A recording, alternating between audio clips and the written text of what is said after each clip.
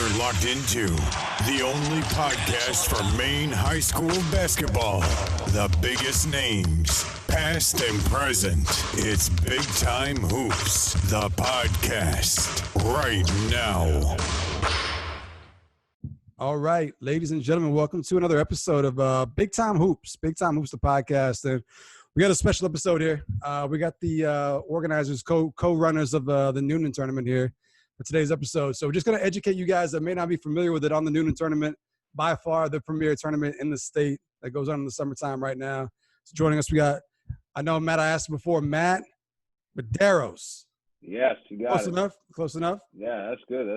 All right, and we got Zach Blodgett also joining us, two guys that are kind of co-running the tournament this year. So I'm just going to get into it and ask you guys how it kind of started. So, Zach, I know we were kind of talking a little bit a second ago. If you want to give the folks just a little backstory on what the tournament's all about and how it got started. Yeah, Luke Hederman actually was running the tournament for must have been 4 or 5 years.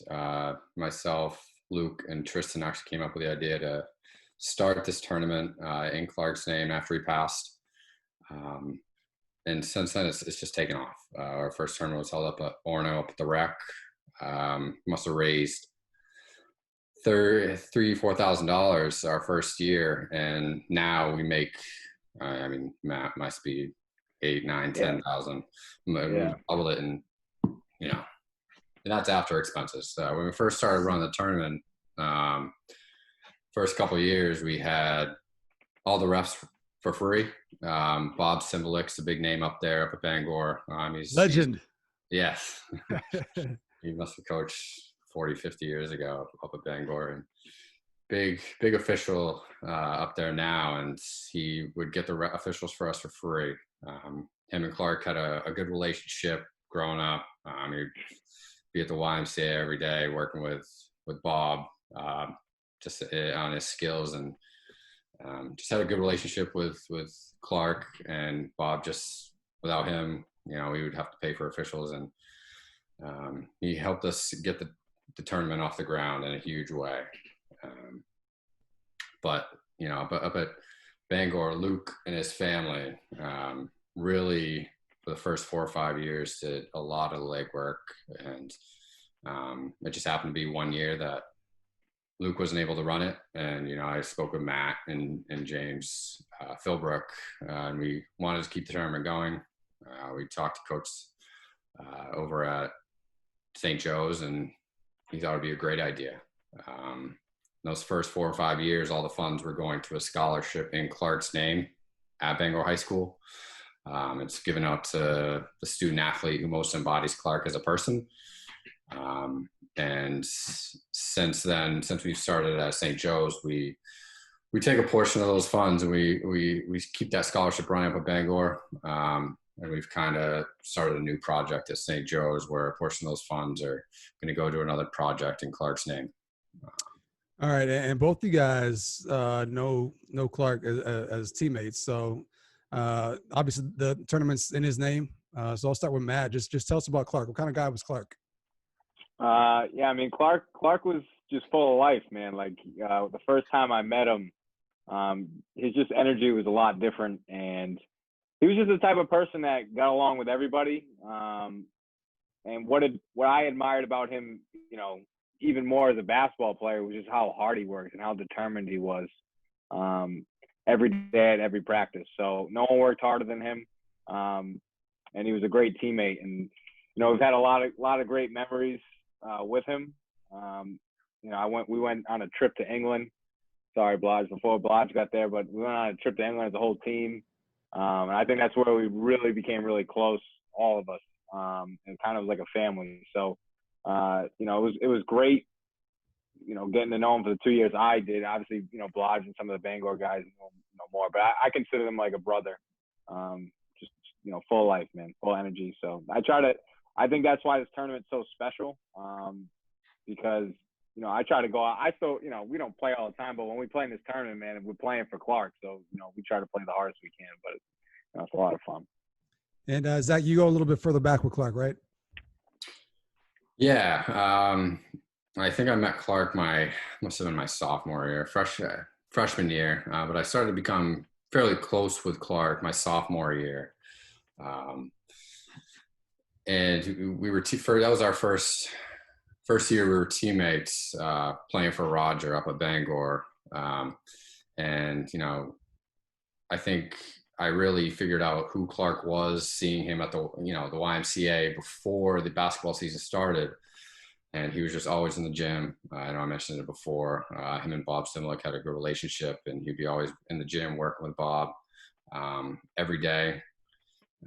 And just him as a person, I really started to figure out what type of person he was. My junior year, when he was a senior, we started to really get close because Clark was starting to figure out, he had the opportunity to play college, play at the next level. And I think probably my favorite story with Clark is we were on our way to the Eastern Maine semifinals. We're playing Everett Little, and on the bus ride down to Augusta, we all have healthy food, sandwiches ready to eat. And Clark pulls out, a box of those marshmallow peeps that you eat on Easter, a bag of Sour Patch Kids. We all ask Clark, "What are you doing, man?" He goes, "I got to get a sugar rush before the game." He's just that type of guy, always full of energy, like Matt said, full of life, but always have you on your edge and do something unexpected. But just speaking with him as an athlete at Bangor, his senior year, he really, really exploded as far as a basketball player. His junior year, he didn't even start. His junior year playing for Roger at Bangor and going from a non-starter to, I think he averaged 15 and 12 a game, first team all conference KVAC. And it just goes to show how hard of a worker he was. And Matt attested to that too. When he was St. Joe's. He's just a workhorse. And to go off Zach, he went on to St. Joe's and he ended up starting halfway through his freshman year at St. Joe's. There's so many good Clark stories. I don't know, some of them might not be PG, but what I admire about him when I think about him is just like he never, like when you're having a rough day or something, I kind of just think about him because it never seemed like he had a bad day. Like he just, he enjoyed every moment of every day. So that's kind of what I think about him. So you guys are both kind of co-running this thing now, but you guys both have been playing it pretty much since the beginning. So I remember the first tournament I went to as a spectator. I remember like reading about it. I think it was I was on NBR.org in a forum, and they said something about a tournament in Bangor. And I went and checked it out. And like I remember from the first day I went in there, I was like, wow, like this shit's legit. Like it was a packed house. They had two courts going at the same time. I'll start with you, Matt. Like as a player playing in the tournament, like what were some of your earliest moments, or what do you remember most about those early tournaments? Like you said, the ones at Bangor are pretty cool. Like pretty packed house, a lot of good basketball players in the gym. For me, it was kind of cool because it was another chance for, my first year playing was the first year after we all graduated from college. So it was a lot of the guys, and, it was kind of cool to, we felt like we were representing St. Joe's and obviously representing our friendship with Clark. But it was also like, it almost felt like you were back playing, like you weren't done playing from the college days. You're in warm-up lines. It's like, you're getting a little hype before the game, even though it's literally, it's like a pickup game. But yeah, it's a lot of fun. It was a great atmosphere up in Bangor. So I think that's what Blodge and we didn't want to let it go. I always look forward to it. For us, it's like one of the best weekends of the year. We get to see so many guys that we don't see all the time now because we all go on our separate ways, live in different places. So it's a great time to see, old faces and, reminisce and all that great stuff. Yeah, I think it's kind of like what you just said. It's like a weekend. It's not even just a tournament. It's like it's an entire weekend. The people that come back. So, Zach, if you could speak on that too, like just some of the guys that come back. It seems like every year, like you see the tournament competition-wise get better. You see teams start traveling from further out. Like I feel like Maine kind of like had been missing like that summer basketball tournament for people to come back to and play. And like, how have you seen it grown since its early inception to where it is now in terms of like the players that come back to play for this? Yeah. I think our first year at Orono, I don't think we had 20 teams to what it is now. We got teams on the waiting list now, 5, 6, 7. Matt's handling the schedule now, but we've had quite a few teams on the waiting list. And when it first started out, we were not necessarily struggling to get teams, but we were trying to get the word out. trying to get this tournament going so that we could have it ready the first summer. But watching it grow over the years, I think every year the funds that we raise has gone up almost every year. It's been great to watch, players that I haven't seen for, 4 or 5 years since leaving high school come back and play.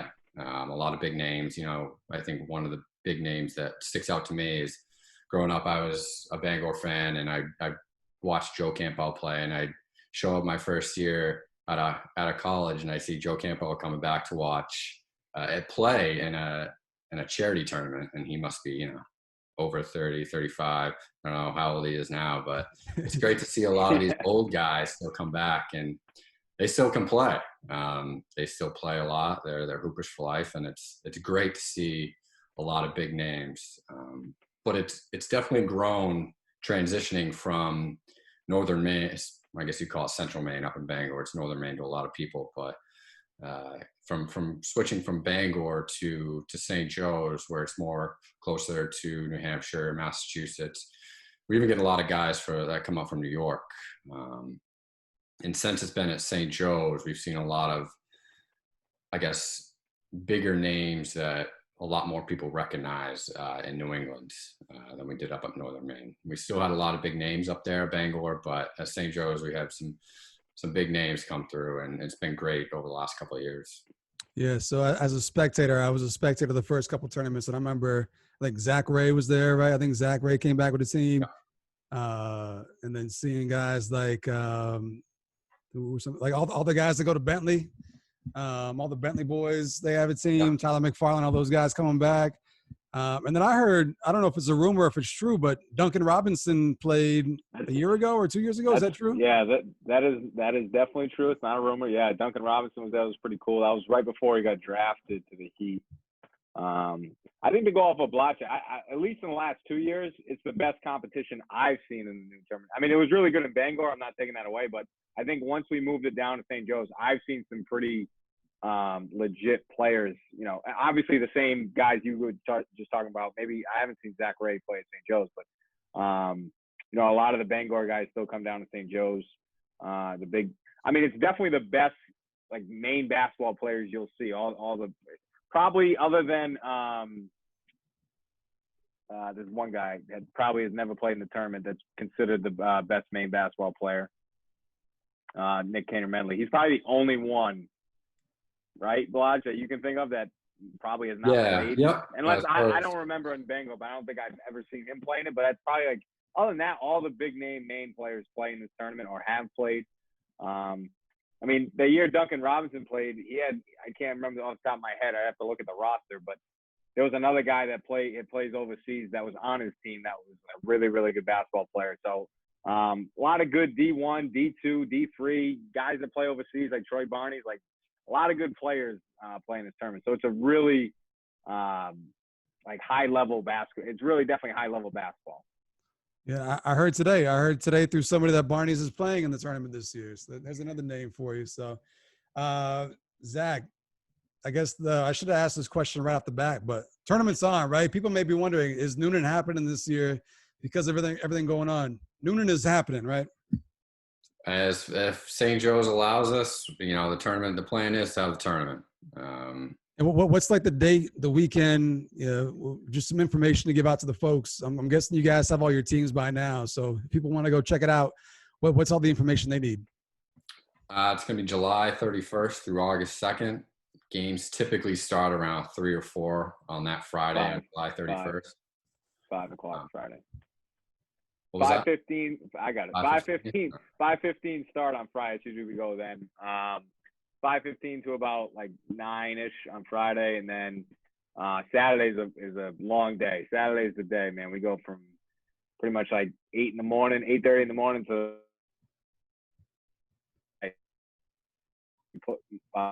everybody plays on that day. And then Sunday we go into we've kind of changed it in the past week. We're going back to the same one we did last year. We really like the how we set it up, but only 10 teams make it out of 20.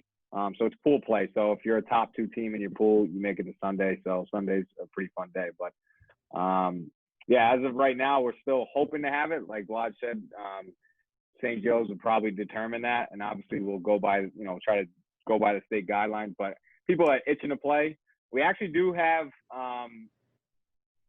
we have like 23, 24 teams that have, shown interest in playing. But we're only confirmed right now with 14. So if you really do want to get in the tournament, contact either Zach and I, and, we can get you confirmed in. But I think people are really waiting to hear the word. We can't give like a definite answer. We're hoping like around early July we'll have a definite answer if it's a go. Can you guys confirm any teams that are in it? Any players that are going to be appearing this year? I know I just mentioned Barney's. Is there anybody else that you guys can let us know? Yes, I actually have the roster right here, so I could confirm. Troy is playing in it. Some other. Actually, it's almost like a mini Bates team, right, Lodge, with Graham Stafford? Yeah, Stafford's playing with the Del Pecci brothers. Billy Selma's coming up. Bentley, he's playing with Ty McFarland from Bentley. Quite a few big names. I know Matt has the full rosters. I don't have. Yeah, like on our roster, at least with Zach and I, we play in it too. We have another main play. We got Ryan Martin this year. He's going to play with us. So we got Ryan. That's a main name right there. Let's see. Class Acts, they haven't sent in their roster, but they're in the tournament. So usually they come up with a pretty good squad. There's actually a team from like way up there. This might be because Derek Cooper is playing in it. That's a Fort Kent guy, so. Oh, really? I didn't know that. Who else you got? Who else on the roster? That's my guy. The big guy there, Thomas. I don't want to. Minerva? Yes, I didn't want to butcher his last name, but he's got a bunch of guys on his roster. I'm guessing they're all from up north. Yeah. Todd Williams, Troy Williams, Bryce Skipper. I only know Derek Cooper. I worked hoop camp with him. Yeah, I think those are all UMFK guys that he's bringing down. I think so. A bunch of college kids. There's another good team. Some St. Joe's guys. Chris Petsy, Tom Ray, Spencer Adams. They got like Ian Malikas, who played at EL and St. Joe's. They also have Keegan Highland on their team. They got this. This is the guy I was talking about before, who played with on the year that Duncan Robinson played. His name's Devin Gilligan. That guy's legit. I'm pretty sure he plays overseas in Latvia, but he is really, really good. I think Farmington's putting the team in. So is USM. They got a bunch of guys that are coming in. The team that Troy's on has a bunch of main guys. They got the McDevitt brothers. They got the Bagshaw brothers, Jeff Manchester, and they got Keith Brown. So they got a pretty good squad. Solid. Keith Brown's a Mass product. He played at Endicott College, really good player, 2,000 point scorer. The Maine Lumberjacks, I guess Blodge could talk more about them. They always put in a team in. They're pretty good. They got some good players, young players, right? Yeah, Lumberjacks, typically either Carl Parker or John Glazier comes down and coaches them. I think a few of them are going to be heading into college over this summer. Bryce Lodge is playing with them, Henry Westrich, Sam Martin, all three. I think Henry's going to Colby, Sam's going to MMA, and Bryce is going to St. A's, playing with Jackson Curtis, Andrew Suez, who's going to be a senior at Bangor. There's usually a couple high school AU programs that play over the past, and they've been a big sponsor for us too. Yes. John was a good friend of Clark in high school, went to Bangor, and he's been a very involved over the past 8-9 years, and he's always brought up a great group of high school guys. So we also, sorry, I was sorry to cut you off. I was also going to say we usually have a St. Joe's team, current St. Joe's team. They got Jack Cassell in there, who's a great basketball player, plays at St. Joe's right now. I think there's an old Farmington team, some old Farmington guys I recognize on here. They got a team in there. Then there's some other teams that I haven't confirmed in, but usually MBR puts in a team. MBR is mostly those Bentley guys. Yeah. Pete Donato usually puts a team in. They're pretty good. Last year they were really good, but they have a bunch of main guys on there. So again, I think it's going to be, if we can have it, it'll be up there as, again, competition wise, one of the best what tournaments we've had. Yeah, no shortage of talent. That's the thing. If people want to go watch some good summer basketball, it's definitely the place to be. It's kind of like ESPN's the basketball tournament. You just have like all these colleges putting in like alumni teams, and it's all a lot of main guys. So some really, really good basketball. People want to go check that out. So we'll hopefully things happen. Before we get up out of here, though, a couple more questions. One, favorite tournament memory for you guys before we get up out of here? That's a loaded question. I would say one of my favorite tournament memories is in the first year Blige and I ran it. I think it was pretty cool being at St. Joe's, being at, our alma mater and where Clark, obviously where I met Clark. So a little more special to me. But it was cool just learning the ins and outs of running a tournament. There's definitely a lot of that goes on. We grind that whole weekend, but it's definitely worth it. And, we've had some great people help us out too. Obviously it's a team effort, and, it's not like we're making money off it. It's just, I think it's our plan. Obviously, it's obviously private between Blige and I, what we're trying to do with the project. But if it does happen, it would be a pretty cool honor for Clark at St. Joe's. But I would say that in the fact that we had an NBA player playing in the tournament, I think that was really cool. Pretty cool stuff. How about you, Zach? I'd probably have to go back to the very first year with Saladorno. I was playing with my old high school Bangor team with Pat Stewart, played Colby, Josiah Hartley, went to play football. Tristan Thomas, who went to play MCI prep the year after he graduated high school, and Luke Ketterman, obviously, and a few other guys that we played with my senior year at Bangor. And we made it all the way to the championship. We ended up losing to Joe Campo, who I brought up earlier, and Ryan Weston and his group. And there's probably just being with those guys, with Luke and Tristan organizing the first tournament. It was just a good memory, making it all the way to the championship, and just being around with those guys. It was a great memory. Absolutely. Hopefully we can make some more memories this summer. Matt, another question for you, because you mentioned that you guys grind and you guys put in a lot of work for this. You guys have like a record book? You guys have like all-time leading scorer of the tournament? Do you guys keep track of that stuff? So we don't really do individual points just because it's so hard, because we don't make jerseys per se for the guys playing it. We just make sure they have their own same color and a number on the back. But most of the time, some guys don't have numbers on the back, so it is what it is. We don't keep track of personal fouls. We do team fouls, because hopefully there's not a lot of fouls in the game to keep it moving. But no, we don't. We keep track of the past champions. I have a list of the past champions. Yeah, that was gonna be my other question. Like, who's the defending champion? Do we have like a team that's won multiple championships here? Like, who's the team to look out for? So let me pull that up real quick. I would say that I think the team that's won the most was Zach Ray, right? Shad Nation. No, Blige? Shad Nation, I think, won back-to-back. I don't know if they won 3. MBR might have 2. They typically bring a good group of current college players. There was another big name that I think they won when he came up to Bangor. I played at Messalonsky, went on to, I think, Eastern Kentucky. I'm blanking on his name. So I get the list right here. I get the list right here, Blige. I can't speak for the one in 2012 who was Queen City. Maybe that was the team you lost to. Was that? Yeah, that was Joe Campo, Ryan Weston. Okay. And then, so 2013 and 14 was Zach Ray, Shad Nation, and won back-to-back. 2015 was Keep On. I'm pretty sure that team was up in Bangor. That was those were Wentworth kids. Wentworth kids, yes. That kid was nasty. Yeah, that kid was really good. There's Corey Theriot, Ronnie Turner, Ray Bissett, a couple big names from Maine. Yep. And then, I think my fault. I think that was 2016 Didweek with a question mark. That was it. Yes, that was them. I don't know who Keep On Keep On was. 2017 was MBR, the team you were just talking about. That was a really good team. And then 2008, Tom's team, that was our buddies, Chris Petsy, Tom Ray, but they had Duncan Robinson on their team and the other guy that plays overseas. So that team was loaded. And last year's team was actually pretty good too. I bet not a lot of people would have picked them from the start if you just looked at rosters per se. But it was Model Citizens. And do you know any, recognize some of them played at Thomas. I know Carlos Gonzalez is one Zach of them. McKinnon.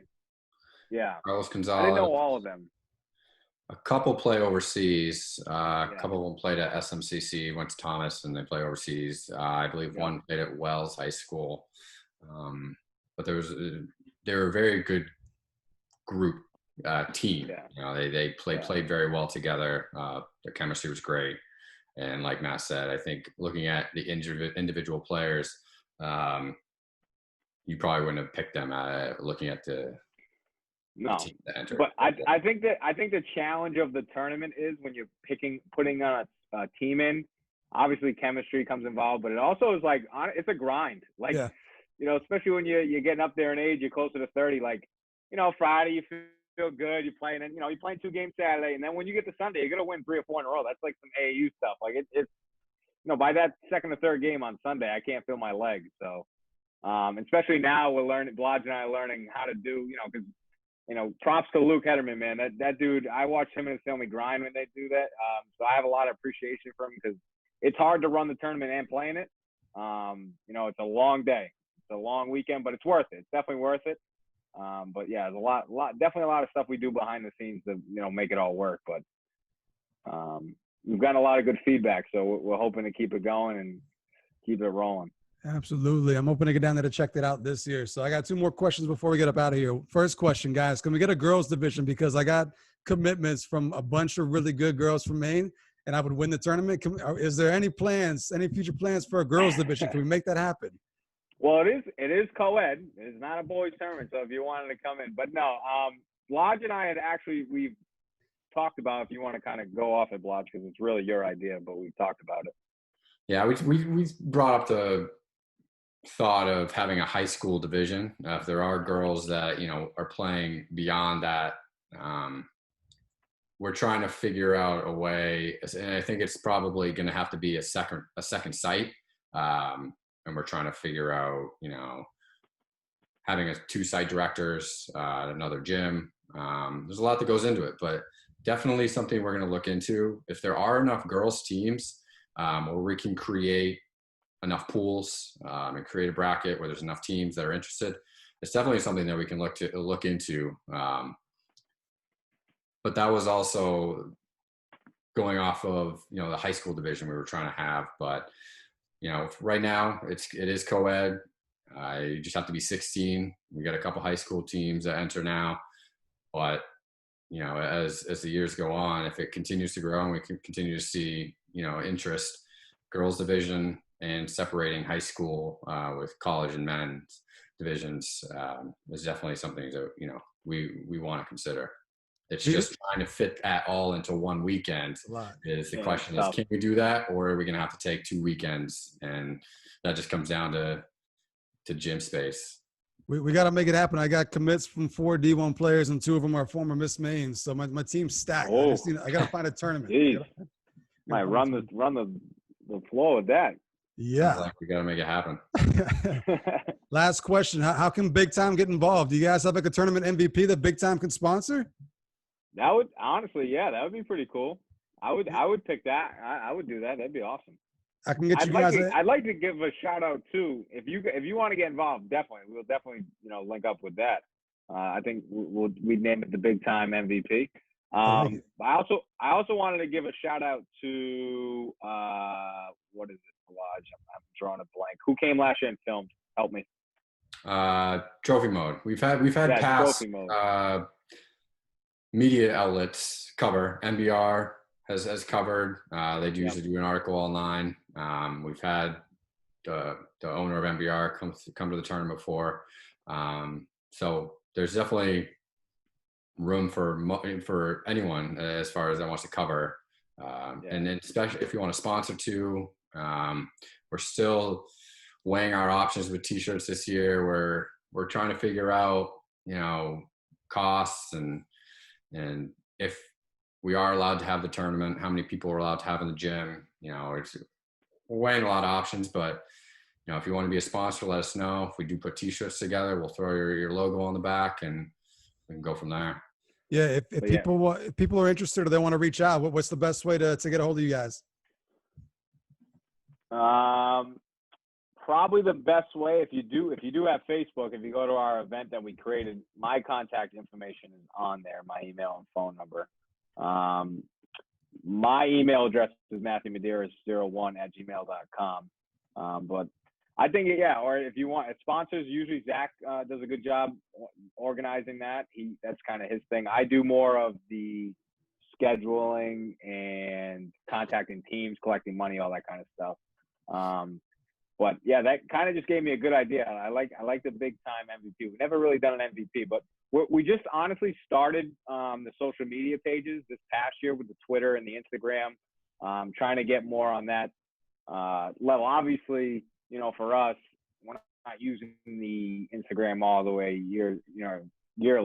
It's really for the event. But I also started thinking about, since Trophy Mode did such a great job with the video, the highlight video, I think it was awesome for content for us. I was thinking about possibly, getting someone to film some of the games, live stream the game so people could watch it that way. If that's, if we can't have fans, this year I started thinking about this. If we can't people come, maybe we can, at least get the content out there and live stream it, stuff like that. So some of the ideas I've had. I like it. So anybody that's got good ideas or wants to help out, reach out to one of these two guys. Yes, damn right. See what they can make happen. And I'm going to talk to you guys seriously about getting this big time MVP thing situated here. I like it. That happen. So, I like it. Shout out to both Matt and Zach for coming through. Noonan tournament, as of right now, still on. It's a great event. It's a great cause. Make sure to check that out. And any information that I hear, I'll pass along through our channels as well, just to keep the people posted. So you guys are doing a great thing. So, thank you for coming through and spreading the word. I appreciate that. And everyone who's watching, make sure to check out all of our previous episodes on Facebook, YouTube. It's on Apple Podcasts, Google Podcasts. It's all over the place. So check those out. And we'll see you next week with another big time episode of Big Time Hoops, the podcast.